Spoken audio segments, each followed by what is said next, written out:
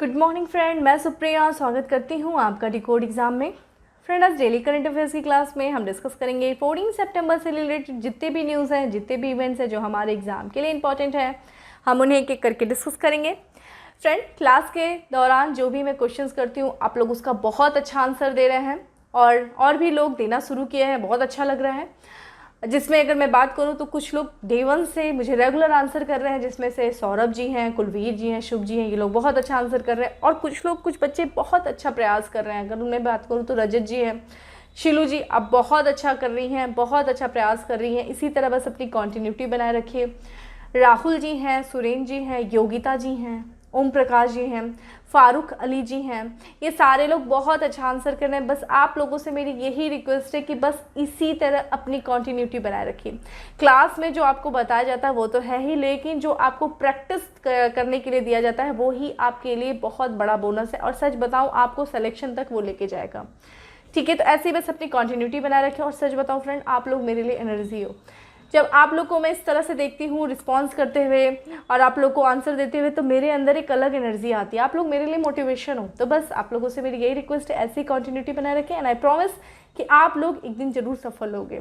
ठीक है, चलिए स्टार्ट करते हैं आज की क्लास। और आज का हमारा पहला प्रश्न है, हाल ही में भारत ने किस देश के साथ पहली बार 2+2 मंत्री स्तरीय वार्ता की मेजबानी किया है? 2+2, फ्रांस, संयुक्त राज्य अमेरिका, ऑस्ट्रेलिया या फिर जापान? तो फ्रेंड, इसका आंसर हो जाएगा ऑस्ट्रेलिया। ठीक है, भारत ने पहली बार ऑस्ट्रेलिया के साथ अभी हाल ही में 2+2 मंत्री स्तरीय वार्ता की मेजबानी किया गया है। देखा जाए तो भारत ने ऑस्ट्रेलिया के साथ पहली बार 2+2 मंत्री स्तरीय वार्ता की मेजबानी किया है। इसमें देखा जाए 2+2 यानी कि 2 मंत्री इस देश के होंगे, 2 मंत्री दूसरे देश के होंगे। ये 2 मंत्री कौन होंगे? एक आपके रक्षा मंत्री होंगे, दूसरे आपके होंगे विदेश मंत्री। तो भारत की तरफ से जो रक्षा मंत्री थे वो आपके राजनाथ सिंह थे और विदेश मंत्री आपके एस जयशंकर जी थे।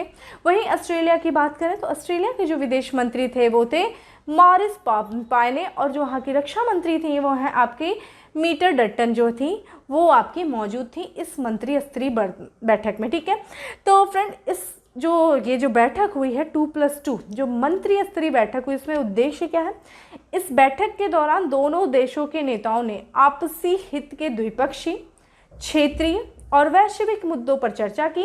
हिंद प्रशांत क्षेत्र में सहयोग को बढ़ाने के लिए तरीकों पर भी प्रकाश डाला कि किस तरीके से वो और कौन कौन के से तरीके निकाले जाएं जिसमें इनके जो हिंद और प्रशांत क्षेत्र में इन दोनों के सहयोग जो है वो बढ़े। तो एक तरीके से देखा जाए तो ये जो दोनों देश हैं यानी कि ऑस्ट्रेलिया और आपके भारत, ये दोनों देशों के बीच एक समग्र रणनीतिक साझेदारी को बढ़ावा देने के उद्देश्य से ये आपका 2+2 मंत्री स्तरीय वार्ता की शुरुआत की गई है।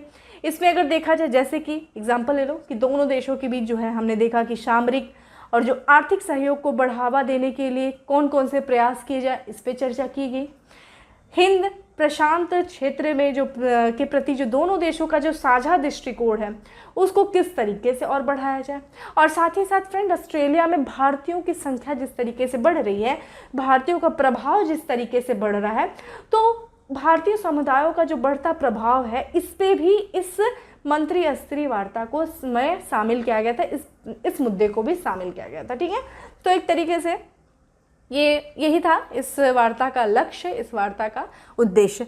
चलिए, आपके पास आपका एक वर्क है, आप मुझे ये बताएंगे कि भारत इससे पहले 2+2 मंत्री स्तरीय वार्ता जो है वो किसके साथ शुरू किया था? सबसे पहले किस देश के साथ इसने किया था 2+2 मंत्री स्तरीय वार्ता? और ये उस समय जो तत्कालिक जो मंत्री कौन थे और ये किस वर्ष हुआ था, ये आप मुझे बताइए। चलिए, नेक्स्ट प्रश्न है हमारा कि केंद्र सरकार ने नागालैंड की राष्ट्रीय सुरक्षा परिषद, ठीक है, NSCN खापलांग के किस गुट के साथ संघर्ष विराम समझौते पर हस्ताक्षर किया? देखिए, सरकार लगातार पूर्वोत्तर भारत में जो लगातार उग्रवाद है उस उग्रवाद को खत्म करने के लिए, उस क्षेत्र को विकास से जोड़ने के लिए, उस क्षेत्र का विकास करने के लिए लगातार प्रयास कर रही है। इस क्रम में केंद्र सरकार लगातार वहाँ के उग्रवादी समूहों से लगातार समझौते कर रही है। तो इसी क्रम में वहाँ पे जो राष्ट्रीय सुरक्षा, जो नागालैंड की जो राष्ट्रीय सुरक्षा परिषद का एक गुट है उसके साथ अभी हाल ही में एक विराम समझौता हुआ है, वो कौन सा है बताइए?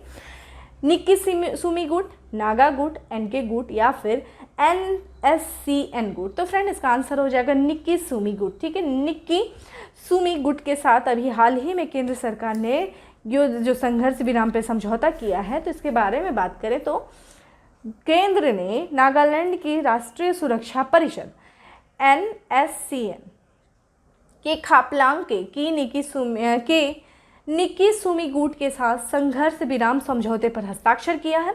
मैटर देखिए, यहाँ से प्रश्न पूछेगा, एक तो आपका गुट का नाम पूछेगा, ये गुट किससे संबंधित है, नागालैंड के राष्ट्रीय सुरक्षा परिषद का एक खापलांग गुट है, उसी का ये गुट है देखा जाए निक्की सुमी गुट। और दूसरा प्रश्न यहाँ से बनेगा कि ये जो समझौता हुआ है 1 वर्ष की अवधि के लिए 1 सितंबर से प्रभावी हुआ है, तो इस सितंबर से लेकर के 8 सितंबर से लेकर के अगले 8 सितंबर तक ये जो है समझौता प्रभावी रहेगा। तो प्रश्न एक यहाँ से बनेगा कि ये जो समझौता हुआ है वो कितने वर्षों के लिए प्रभावी होगा। ऑप्शन में दे देगा 1, 2, 3, तो आपको लगाना 1 वर्षों के लिए प्रभावी रहेगा। कब से प्रभाव में आया, 8 सितंबर से ये प्रभाव में आया है। बात करें NSPS, ठीक है, NSPN होगा यहाँ के NSPS के मार्च 2015 के केंद्र के साथ संघर्ष विराम को एक तरफा निरस्त कर दिया गया। ठीक है, ये चीज़ जो हुआ था, इसके पहले जो समझौता हुआ था उसको काफ़ी केंद्र सरकार के जो केंद्र सरकार के साथ जो संघर्ष विराम का समझौता एक तरफा हुआ था, एक तरफा निरस्त किया गया। तो इस तरीके से फ्रेंड देखा जाए पूर्वोत्तर भारत में लगातार शांति और विकास को जो सरकार के प्रयास हैं उसको लगातार सफलता मिल रही है। और अभी हम लोगों ने देखा जो नागालैंड के जो सक्रिय उग्रवादी जो समूह है NSCN के निक्की ग्रुप से वहाँ पे हिंसा का रास्ता उन्होंने छोड़ दिया है, युद्ध विराम समझौते पर उन्होंने हस्ताक्षर किया। और अभी हम लोगों ने 4 सितंबर को देखा, 4 सितंबर को असम में जो कार्बी आंगलांग के जो सभी उग्रवादी गुट थे उन्होंने हथियार डाल करके केंद्र और असम की सरकार से समझौता कर लिया था। कार्बी आंगलांग हम लोगों ने सब में चर्चा किया था। 2020 में देखा जाए फ्रेंड तो वहाँ के बोडो जो है वो उन्होंने भी समझौता किया था केंद्र सरकार के साथ। अगस्त 2019 में देखा जाए तो वहाँ का जो त्रिपुरा का उग्रवादी गुट है उसने भी समझौता किया है। तो इस तरीके से लगातार सरकार जो है प्रयास कर रही है कि इन उग्रवादियों को, इन अलगाववादियों को क्या किया जाए, उनके साथ समझौता किया जाए, उनके साथ जो भी उनकी मांगे हैं उन मांगों को पूरा करके नॉर्थ ईस्ट के क्षेत्र को विकास से जोड़ा जाए। ठीक है, वहाँ पे ज़्यादा से ज़्यादा विकास किया जाए। ठीक है, तो यही एक तरीके से उसमें सरकार लगातार सफल हो रही है। ठीक है, और मैं आपसे बार बार कह रही हूँ मैपिंग करो, जितने भी क्षेत्रों के नाम आ रहे हैं, राज्यों के नाम आ रहे हैं, आपको बताना। चलिए, अब आपका प्रश्न ये है कि नागालैंड के बारे में हम लोग बात करें तो आप मुझे रिप्लाई करिए कि नागालैंड का स्थापना दिवस कब मनाया जाता है, यानी कि नागालैंड को राज्य का दर्जा कब दिया गया, नागालैंड की सीमाएं किन किन राज्यों से लगती है और किस देश से लगती है। ठीक है, ये भी आपको बताना है नागालैंड के बारे में। ठीक है, चलिए नेक्स्ट है हमारा मैं भी डिजिटल 3 अभियान की शुरुआत किसने की। मैं भी डिजिटल अभियान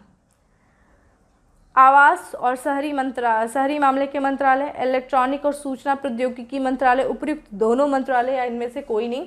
तो इसका आंसर हो जाएगा फ्रेंड C, यानी कि आवास और शहरी मामले के मंत्रालय और इलेक्ट्रॉनिक और सूचना प्रौद्योगिकी मंत्रालय के द्वारा मैं भी डिजिटल अभियान की शुरुआत की गई। इसके बारे में अगर बात करें फ्रेंड तो सड़क किनारे रेहड़ी पटरी वाले जो स्ट्रीट वेंडर्स को डिजिटल पेमेंट लेने के लिए सक्षम बनाने के लिए मैं भी डिजिटल अभियान की शुरुआत की गई है। और ये कौन कर रहा है, ये अभियान जो है आवास एवं शहरी मामलों के मंत्रालय, इलेक्ट्रॉनिक और सूचना प्रौद्योगिकी मंत्रालय दोनों के संयुक्त रूप से लॉन्च किया। दोनों ने मोस्ट इम्पॉर्टेंट, ठीक है, यहाँ से आपको ध्यान देना है। तो एक तरीके से आप देखें इसके बारे में तो ये जो रेहड़ी वाले होते हैं, जो रेहड़ी पटरी वालों को डिजिटल पेमेंट की ओर मोड़ने के लिए ये अभियान शुरू किया गया ताकि वो ज़्यादा से ज़्यादा डिजिटल पेमेंट को स्वीकार करें। और आपको पता ही है भारत सरकार जो है लगातार डिजिटल इंडिया के माध्यम से डिजिटल इंडिया के माध्यम से या अभियान के द्वारा डिजिटल भुगतान पे लगातार जोर दे रही है। ठीक है, और इस तरीके से ये दोनों मंत्रालयों के सहयोग से देखा जाए तो पीएम स्वनिधि योजना के तहत देश के लगभग 223 जो शहर हैं उन 223 शहरों में रेहड़ी पटरी वालों को प्रशिक्षित किया जाएगा ताकि वो डिजिटल पेमेंट, डिजिटल भुगतान का लेन देन कर सके। ठीक है, चलिए अब आपको मुझे बताना है डिजिटल इंडिया की शुरुआत कब की गई थी। ठीक है, चलिए मुझे बताइए। हाल ही में विश्व स्वास्थ्य संगठन ने किस देश को मलेरिया मुक्त घोषित किया है। ठीक है, किस देश को मलेरिया मुक्त घोषित किया गया है, काफ़ी अच्छा क्वेश्चन है। केन्या, चीन, नाइजीरिया या फिर भारत? तो फ्रेंड इसका आंसर हो जाएगा चीन। चीन अभी हाल ही में WHO के द्वारा मलेरिया मुक्त घोषित हुआ है। इसके बारे में बात करें तो WHO ने चीन को मलेरिया मुक्त घोषित किया है और चीन मलेरिया मुक्त घोषित होने वाला विश्व का 40वां देश बन गया। यानी किस तरीके से देखा जाए, विश्व में जितने भी देश हैं उसमें मात्र 40 ऐसे देश हैं जो मलेरिया मुक्त हैं, ठीक है। और WHO किसी देश को मलेरिया मुक्त प्रमाणन तब प्रदान करता है जब वो अपने ठोस और विश्वसनीय साक्ष्य के आधार पर यह बता पाता है कि उसके देश में पिछले 3 वर्षों में एनाफिलीज मच्छरों द्वारा मलेरिया का प्रसार बाधित है। यानी कि 3 वर्षों में, ठीक है, 3 वर्ष लाइन होती है, 3 वर्षों तक कोई भी ऐसा मामला नहीं आया हो उस देश में जहां एनाफिलीज, जो कि मादा एनाफिलीज मच्छर के काटने से ही मलेरिया होता है, तो एनाफिलीज मच्छर के द्वारा जो मलेरिया का प्रसार है वो बाधित हुआ। तो एक तरीके से 3 वर्षों तक कोई केस नहीं आना चाहिए मलेरिया से संबंधित। उसके बाद जो है WHO क्या करता है, ऐसे देश को मलेरिया मुक्त घोषित कर देता है। चीन ने ऐसा प्रमाण प्रस्तुत किया है जिसके आधार पर ये 40वां देश बन गया है विश्व का जो कि मलेरिया मुक्त है। ये बहुत इंपॉर्टेंट प्रश्न है, ऐसे प्रश्न पूछे जाते हैं, ठीक है। बात करें मलेरिया के बारे में तो मलेरिया जो है वो परजीवियों के कारण जो होता है और यह संक्रमित मादा एनाफिलीज मच्छरों के माध्यम से लोगों में प्रसारित होता है। मादा एनाफिलीज मच्छर के काटने से मलेरिया होता है। देखिए, मलेरिया मुक्त करने के लिए WHO के द्वारा एक अभियान चलाया जा रहा है, वो हमारे लिए यहाँ से इम्पॉर्टेंट है ये, ठीक है। तो WHO द्वारा अपनी E2025 पहल यानी कि E2025 इनिशिएटिव के तहत ऐसे 25 देशों की पहचान की गई है जिन्हें 2025 तक मलेरिया मुक्त देश बनाना है। तो पूछ सकता है प्रश्न कि WHO का E2025 पहल किससे संबंधित है, E2025 इनिशिएटिव किससे संबंधित है? तो ये मलेरिया मुक्त करने से संबंधित है। WHO के द्वारा ऐसे 25 देशों का चुनाव किया गया जिनको 2025 तक मलेरिया मुक्त किया जाएगा, ठीक है। तो ये आपके लिए मोस्ट इंपॉर्टेंट है, स्टार लगा लो, ठीक है। बाकी आपके लिए ये इंपॉर्टेंट है, ठीक है, किसको भी हाल ही में मलेरिया मुक्त किया गया है WHO के द्वारा, तो चीन को किया गया है, चौथा देश बन गया, 40वां देश बन गया, ठीक है। और बाकी ये बहुत ज़्यादा इंपॉर्टेंट है। चलिए नेक्स्ट है तालिस्मान सैबर, ठीक है। तालिस्मान सैबर किन 2 देशों के सेनाओं के मध्य सबसे बड़ी द्विपक्षीय संयुक्त प्रशिक्षण गतिविधि है? मोस्ट इंपॉर्टेंट क्वेश्चन, स्टार कर लो, ठीक है। तालिस्मान सैबर किन 2 देशों के बीच में ये सेनाओं के मध्य जो है, किन 2 देशों की सेनाओं के मध्य ये द्विपक्षीय संयुक्त प्रशिक्षण गतिविधि है? America Japan, Japan Bharat, Australia America. तो फ्रेंड इसका आंसर हो जाएगा डी, यानी कि ऑस्ट्रेलिया और अमेरिका के बीच में तालिस्मान सैबर जो है एक द्विपक्षीय संयुक्त प्रशिक्षण गतिविधि है। इसके बारे में बात करें तो तालिस्मान सैबर ऑस्ट्रेलिया रक्षा बल और संयुक्त राज्य अमेरिका की सेना के मध्य सबसे बड़ी द्विपक्षीय संयुक्त प्रशिक्षण गतिविधि है, ठीक है, सबसे बड़ी। यह द्विवार्षिक अभ्यास है, 2 वर्षों में होता है। कहाँ कहाँ होता है? ये भूमि पे होता है, समुद्र पे होता है, वायु पे, तीनों यानी कि जल थल वायु तीनों पे ये जो है अभ्यास किया जाता है, ठीक है। यहाँ पे तीनों आर्मी जो होती हैं आपकी शामिल होती हैं, भूमि, थल और यहाँ पे भूमि, समुद्र और वायु, ठीक है, शामिल है। इम्पॉर्टेंट इसलिए है फ्रेंड क्योंकि ये 2 देशों की गतिविधियाँ हैं, देखा जाए अभ्यास हैं 2 देशों के बीच में। लेकिन तालिस्मान सैबर के वर्ष 2023 में, अभी 2021 में हुआ है, 2023 में क्योंकि द्विवार्षिक है, 2 वर्षों पे होता है, तो 2023 में जो होगा उसके लिए भारत को आमंत्रित किया गया है कि ये बहुत इंपॉर्टेंट है। एक तरीके से भारत का इन दोनों देशों के साथ जिस तरीके की नज़दीकी हो रही है, जिस तरीके से इन दोनों देशों के साथ भारत के संबंध मजबूत हो रहे हैं, उसको देखते हुए ये काफ़ी ज़्यादा महत्वपूर्ण है कि इन दोनों देशों ने तालिस्मान जो सैबर जो अभ्यास है उस पर भारत को 2023 के लिए आमंत्रित किया है। आपका वर्क ये है, आप मुझे ये बताएंगे कि भारत जो है अमेरिका के साथ कौन सा अभ्यास करता है, सैनिक अभ्यास, उनके नाम बताइए, और ऑस्ट्रेलिया के साथ कौन सा सैनिक अभ्यास करता है, और अभी हाल ही में कौन सा इन दोनों देशों के साथ मिलकर के सैन्य अभ्यास किया था भारत ने, ये मुझे नाम बताएंगे, ठीक है। चलिए नेक्स्ट है हमारा, किस राज्य सरकार ने हाल ही में श्रमिकों के लिए बैठने के अधिकार को मान्यता देते हुए विधानसभा में एक विधेयक पेश किया है? बहुत अच्छा प्रश्न है ये, ठीक है, आपके पॉलिटी से संबंधित है। तो ये देखा जाए तो बैठने का अधिकार जो है ये विधेयक पास करने वाला कौन सा राज्य है? कौन सा राज्य है? तमिलनाडु, हरियाणा, कर्नाटक, उड़ीसा। तो फ्रेंड ये आंसर हो जाएगा तमिलनाडु। तमिलनाडु की सरकार ने वहाँ के श्रमिकों के लिए बैठने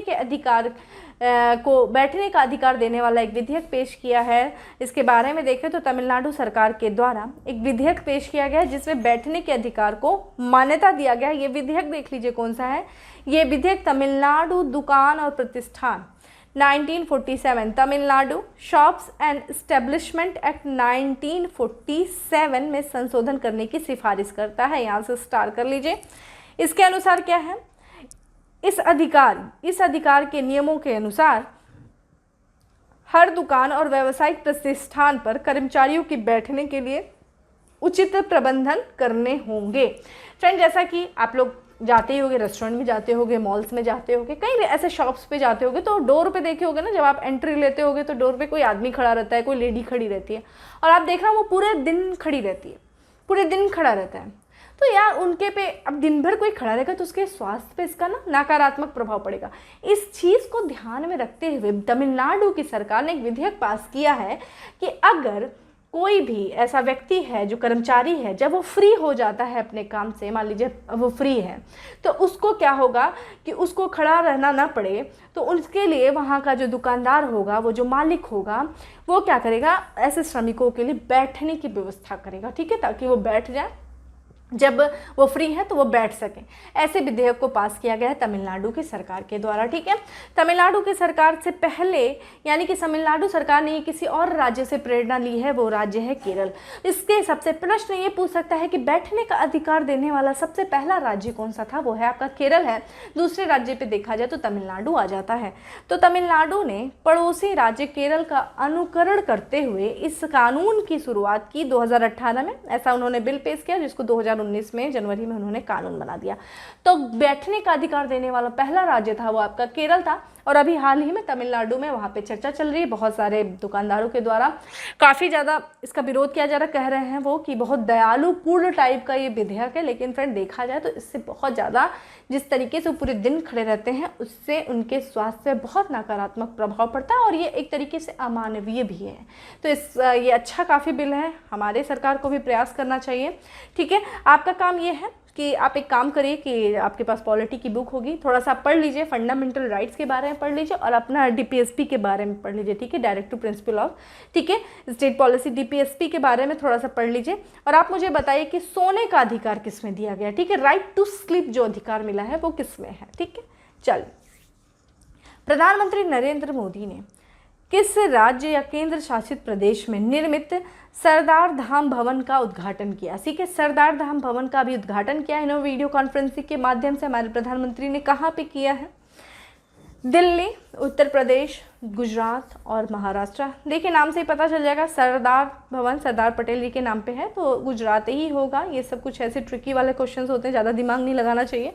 प्रधानमंत्री जी ने 11 सितंबर 2021 को वीडियो कॉन्फ्रेंसिंग के माध्यम से गुजरात के अहमदाबाद में अत्याधुनिक सरदार धाम भवन का उद्घाटन किया। इसका मेन इसी अवसर पे देखा जाए तो उन्होंने सरदार धाम केज द्वितीय कन्या छात्रालय, ठीक है, छात्रालय की आधारशिला रखी है। और एक तरीके से देखें तो ये भवन का निर्माण किसने किया था? गुजरात के जो अहमदाबाद में वैष्णो देवी सर्कल के पाटीदार समाज द्वारा विकसित किया गया, ठीक है, इस भवन को। इससे क्या फ़ायदा होगा, इसका उद्देश्य क्या है? तो इस भवन में ग्रामीण क्षेत्रों से आने वाले लड़कों और लड़कियों के लिए पुस्तकालय भवन का व्यवस्था होगी, उनके लिए छात्रावास की व्यवस्था होगी, करियर मार्गदर्शन की व्यवस्था होगी, प्रशिक्षण केंद्र जैसे जो आधुनिक सुविधाएं हैं वो शामिल की जाएंगी। तो आपके लिए मेनली इंपॉर्टेंट क्या है कि ये कहाँ पे उद्घाटन किया गया है, ये राज्य या केंद्र शासित प्रदेश जो भी है वो आपको आंसर करना है, ये गुजरात है, ठीक है। नेक्स्ट है हमारा, भारत का पहला ट्रैवल शो कहाँ शुरू किया गया है? लखनऊ, कोलकाता, गांधीनगर या फिर भोपाल। तो ये आंसर है कोलकाता में फ्रेंड। भारत का पहला ट्रैवल शो शुरू किया गया, इसके बारे में देखें तो भारत का पहला travel show travel and tourism fair Kolkata में शुरू किया गया है। कोलकाता के नेताजी इंडोर स्टेडियम में देश का सबसे पुरानी टूरिज्म प्रदर्शनी, ठीक है, देश की सबसे पुरानी टूरिज्म प्रदर्शनी की शुरुआत की गई है। और इस उद्घाटन समारोह के बाद देखा जाए जो फिल्म दिखाई गई उसका नाम है अमचो बस्तर, ठीक है, बस्तर छत्तीसगढ़ में है। अमचो बस्तर प्रदर्शनी में दिखाया गया है जिसमें छत्तीसगढ़ के बस्तर क्षेत्र की संस्कृति और परंपरा को उजागर किया गया। ठीक है, तो ध्यान रखिएगा, tourism travel and tourism fair कहाँ शुरू किया गया? सबसे पहला वो आपका कोलकाता में शुरू किया गया है। इस कहाँ पे था कोलकाता में? तो नेताजी इंडोर स्टेडियम में था। और यहाँ पे उद्घाटन समारोह के दौरान कौन सी प्रदर्शनी लगाई गई थी? तो अमचो बस्तर लगाई गई थी, जो कि छत्तीसगढ़ के बस्तर क्षेत्र की संस्कृति और परंपरा को उजागर करती है। ठीक है, नेक्स्ट प्रश्न पे चलते हैं। रोपवे निर्माण के लिए केंद्र सरकार के साथ समझौता करने वाला पहला राज्य या केंद्र शासित प्रदेश कौन सा है? रोपवे निर्माण। ठीक है, जम्मू कश्मीर, हिमाचल प्रदेश, सिक्किम, उत्तराखंड। तो फ्रेंड आंसर हो जाएगा उत्तराखंड। उत्तराखंड जो है देश का पहला राज्य बन गया है जिसने रोपवे निर्माण के लिए देश के केंद्र के साथ समझौता करने वाला पहला राज्य है। रोपवे देख लीजिए फ्रेंड, यही रोपवे है। काफ़ी लोग इसको बैठे भी होंगे इस पर, और देख लीजिए बाकी इन फ्यूचर जो लोग नहीं बैठे होंगे जल्दी से सिलेक्शन लीजिए, जाइए आप लोग भी ऐसी चीज़ों को एंजॉय करिए। ठीक है, तो ये रोपवे है, इसके निर्माण के लिए उत्तराखंड की सरकार ने केंद्र सरकार के साथ समझौता किया है। इसके बारे में अगर देखें तो उत्तराखंड रोपवे निर्माण के लिए केंद्र के साथ समझौता करने वाला जो है उत्तराखंड पहला राज्य बना है। ठीक है, उत्तराखंड जो है रोपवे निर्माण के लिए केंद्र के साथ समझौता करने वाला पहला राज्य बना है।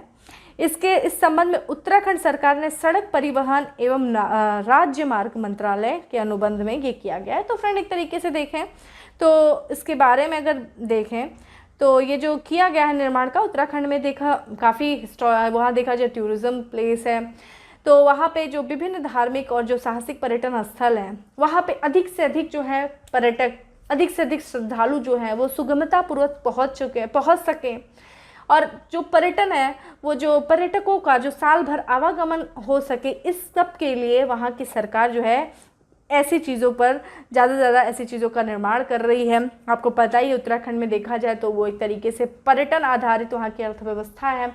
तो जब ज़्यादा से ज़्यादा वहाँ पे पर्यटक लोग आएंगे, ज़्यादा से ज़्यादा पर्यटन से संबंधित जब उद्योग स्थापित फिर होगा, जब उद्योग स्थापित होगा तो रोजगार का सृजन होगा, ज़्यादा से ज़्यादा लोगों को रोजगार मिल सकेगा। इससे क्या होगा कि जब ज़्यादा से ज़्यादा लोगों को रोजगार मिल सकेगा तो उस राज्य का विकास हो सकेगा। ठीक है, तो इसलिए अपने पर्यटन क्षेत्र को बढ़ावा देने के लिए लगातार ऐसे क्षेत्रों में, जैसे कि आप लद्दाख में देख लीजिए, जैसे कि जम्मू कश्मीर में देख लीजिए, हिमाचल सरकार को देख लीजिए, अब उत्तराखंड, तो ऐसे सरकारें लगातार प्रयास कर रही हैं कि किस तरीके से पर्यटन को बढ़ावा दे सके। आप भी कुछ ऐसे सोचा करो कि और कौन कौन सी चीज़ें की जा सकती हैं। ठीक है, चलिए आगे चलते हैं। आज का हमारा लास्ट प्रश्न है कि मेरापी पर्वत, ठीक है, माउंट मेरापी किस देश में स्थित है? देखिए इस पर्वत पे भी हाल ही में ज्वालामुखी विस्फोट हुआ था, इसलिए चर्चा में था। इंडोनेशिया, जापान, रूस या फिर अमेरिका? तो आंसर है इंडोनेशिया। इंडोनेशिया की राजधानी, आप हमें आंसर लिख के बताएंगे इंडोनेशिया की राजधानी कहाँ पे है। ठीक है, काफ़ी कोई भी बता लेगा, मुझे पता है आप लोग अभी हंस भी रहोगे कि मैम कैसा क्वेश्चन, लेकिन फिर भी आपको बताना है इंडोनेशिया की राजधानी। ठीक है, इसके बारे में देखें तो मेरापी पर्वत इंडोनेशिया में स्थित है। हाल ही में यहाँ सर्वाधिक अस्थिर और सक्रिय ज्वालामुखी विस्फोट हुआ है। ठीक है, विस्फोटित हो गया है। यह शिखर देखा जाए, यानी कि जो पर्वत शिखर, जो मेरापी पर्वत शिखर है, वो योग्याकर्ता शहर के निकट अवस्थित है। योग्याकर्ता शहर, और जो कि कई लाख आबादी से युक्त व्यापक क्षेत्र में विस्तारित प्राचीन शहर। देख लीजिए कितनी लाख आबादी, कितना ज़्यादा ये प्रभावित होगी, क्योंकि ये जो ज्वालामुखी विस्फोट हुआ है वो सक्रिय ज्वालामुखी विस्फोट हुआ है, उस क्षेत्र को बहुत बुरी तरीके से ये प्रभावित करेगा। इसीलिए आपके लिए और ज़्यादा इंपॉर्टेंट होता है मैच द फॉलोइंग प्रश्न ऐसे पूछते हैं आपके ज्योग्राफी में। ठीक है, चलिए भारत में एकमात्र सक्रिय ज्वालामुखी के बारे में हमें बताइए कि भारत का जो है वो या फिर दक्षिण एशिया का एकमात्र सक्रिय ज्वालामुखी कहाँ है, किस सागर में स्थित है, आप मुझे नाम बताइए। ठीक है, चलिए तो आपका मेरापी ज्वालामुखी जो कि इंडोनेशिया में, इंडोनेशिया का मुझे कैपिटल आप लोग बताएंगे। और इंडोनेशिया फ्रेंड अगर बात करें उसकी लोकेशन आप देखें तो वो जो भूकंप और ज्वालामुखी गतिविधियां अक्सर इंडोनेशिया में आता है, काफ़ी ज़्यादा प्रबल रहता है। इसका कारण ये है कि जो इंडोनेशिया है वो प्रशांत महासागर में जो विस्तारित भूकंपीय भ्रंश है, जिसका नाम हम कहते हैं रिंग ऑफ फायर, तो रिंग ऑफ फायर में स्थित होने के कारण लगातार जो है वहाँ पे भूकंपीय गतिविधियाँ, वहाँ पे ज्वालामुखी गतिविधियाँ होती रहती हैं। ठीक है, जो प्रश्न पूछा गया है उसका उत्तर दीजिए आप मुझे। चलिए फैक्ट्स ऑफ द डे पे बढ़ते हैं। फैक्ट्स ऑफ द डे में देखा जाए तो गुजरात के मुख्यमंत्री पद से इस्तीफा दे दिया। किसने? विजय रूपाणी ने। ठीक है, इन्होंने मुख्यमंत्री पद से इन्होंने इस्तीफा दे दिया, गुजरात के मुख्यमंत्री पद से विजय रूपाणी ने।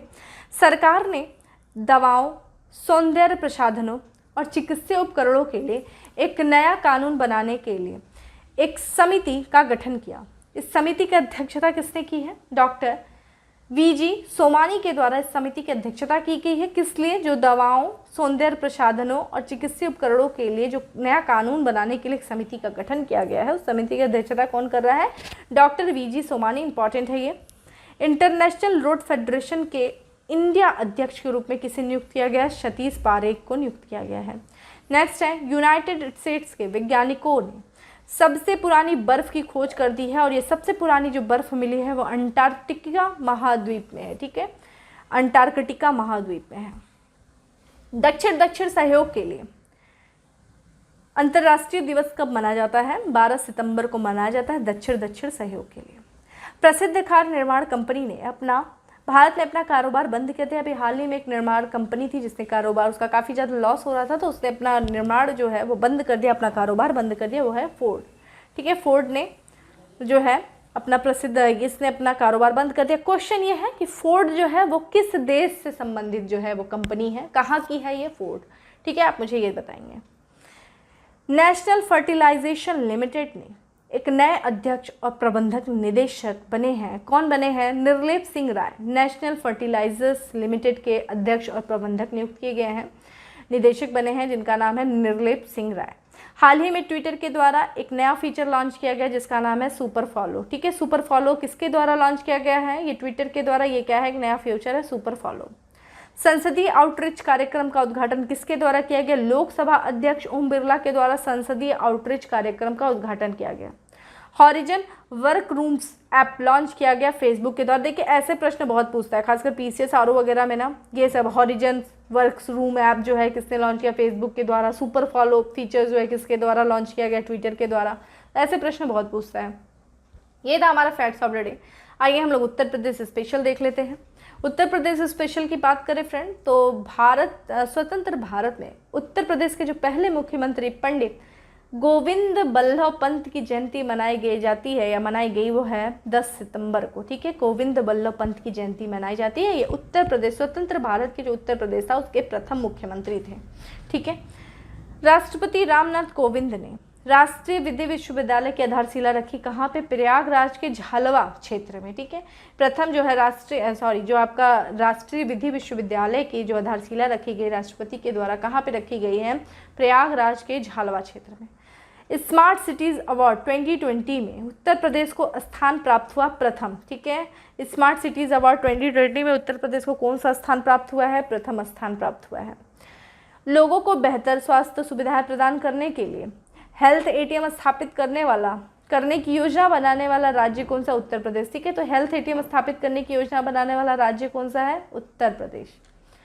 जनसंख्या नियंत्रण विधेयक 2021 तैयार किया गया किस सरकार के द्वारा? उत्तर प्रदेश सरकार के द्वारा जनसंख्या नियंत्रण विधेयक 2021 तैयार किया गया।